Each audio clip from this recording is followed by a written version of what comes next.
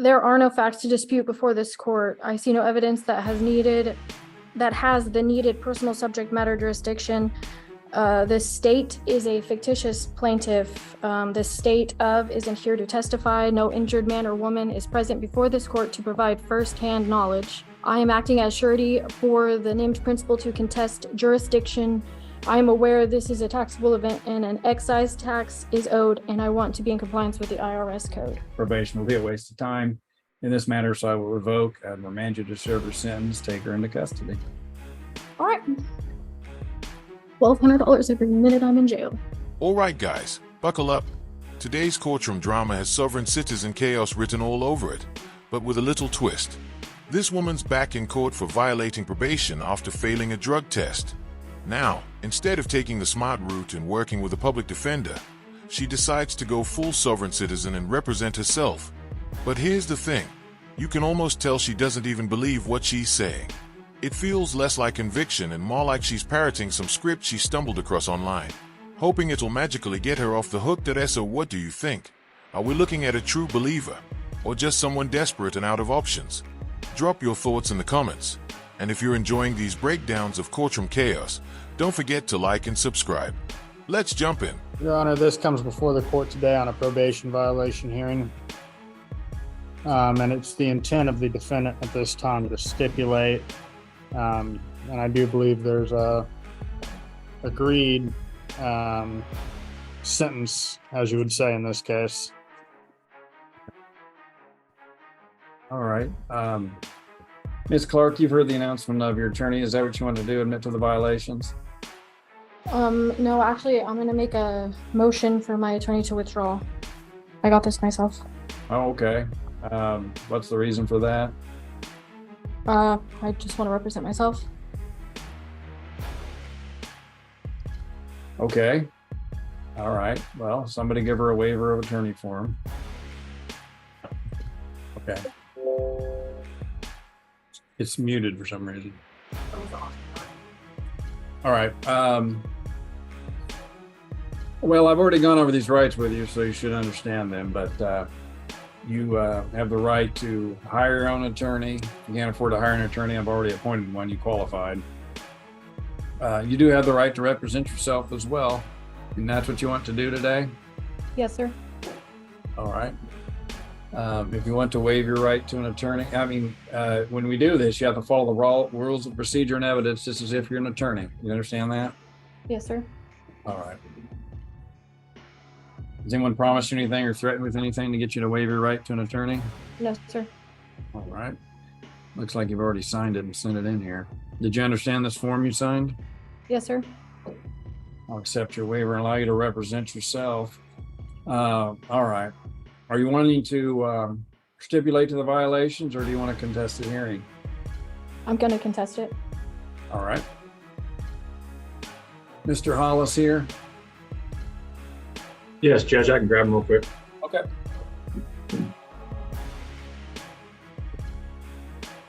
Okay, state has the burden. Any opening statement, Mr. Marcinski? No, sir, thank you. All right, Ms. Clark, any opening statement? Well, there goes any chance she had of saving herself. Honestly, I'm surprised we haven't heard the full sovereign citizen script yet. You know, the classic I don't consent, and this court has no jurisdiction nonsense. Thankfully, we've been spared that headache so far. But here's the real kicker. Skipping or botching your opening statement when you're defending yourself. That's courtroom suicide. It's the one chance you get to sound sane and prove to the judge that you're actually serious. Blow that moment, and you might as well hold up a sign that says, "I'm lost." So what do you think? Is she just completely clueless? Or is this pure panic in action? Drop your thoughts below, and let's dive back in. All right. State may call this first witness. Thank you, sir. The state would call Court Service Officer Christopher Hollis. Sir, will you please state your name for the record? Chris Hollis. I'm a court services officer. In that job occupation, were you assigned the supervision of a Miss Ashley Clark? That supervision being for an endangering a child underlying 12-month sentence? That is correct. On May 18th of this year, 2023, did you test Miss Clark for the presence of drugs? Yes. And what was the result of that UA sample from Ms. Clark? It was positive for methamphetamine. So her stating that UA was positive for methamphetamines, and she also, in response to that positive UA test, signed in a statement of admission of using methamphetamines. That's correct. Did you order her to report on June 2nd, 2023? I did. And did she appear on that day? She did not. Has she appeared or reported to you since that time? No. Sometime after May 24th of 2023, were you advised by local authorities of her being arrested for a new crime? Yes. And I did. I received that. And apparently she has new charges. To your knowledge or to the notes, did Ms. Clark ever report that negative law enforcement contact with your office? No, she did not. That will be my questions for Mr. Hollis at this time, Your Honor. Thank you. All right, Ms. Clark, do you have any questions for Mr. Hollis? No. All right, do you have any further evidence or witnesses, Mr. Marcinski? Not at this time, Your Honor. I do not. All right, Ms. Clark, you have time to, now it's your turn to present any evidence if you want to. Do you wish to present any evidence?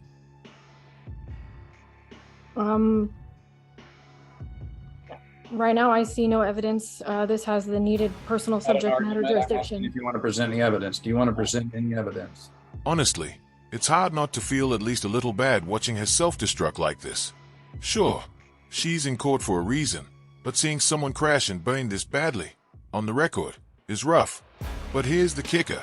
She had help sitting right there. A free attorney, ready to jump in and salvage the mess. And what does she do? Waves him off. That's the part that stings. Sovereign citizen logic isn't just bad. It's like choosing failure on purpose. So what do you think? Should we feel sympathy for her? Or does she deserve every ounce of the fallout she's walking into? Let's jump back in, because things are about to get brutal. No? Okay. Well then, closing argument, Mr. Marcinski? Your Honor, at this time, the state believes it is shown by a preponderance of the evidence that Ms. Clark is in violation of her probation and conditions of probation imposed by the court therein. The state's going to ask that you find that she is in violation of that probation. The state would point out that this is a misdemeanor probation for endangering a child. Therefore, Ms. Clark is entitled to no graduated sanctions, intermediate sanctions, or other relief as set forth by the legislature on felony probations. Due to the litany of violations, the continued drug use, the failure to follow through with her treatment requirements, the state believes that she's shown that she's not amenable to probation and would recommend the court revoke and remand her to serve her underlying sentence. All right, Ms. Clark, closing argument? There are no facts to dispute before this court. I see no evidence that has the needed personal subject matter jurisdiction.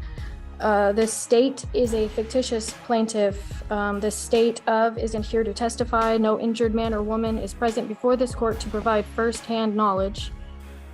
I am acting as surety for the named principal to contest jurisdiction. I am aware this is a taxable event and an excise tax is owed, and I want to be in compliance with the IRS code. Okay. It'll be the order and judgment of this court. Well,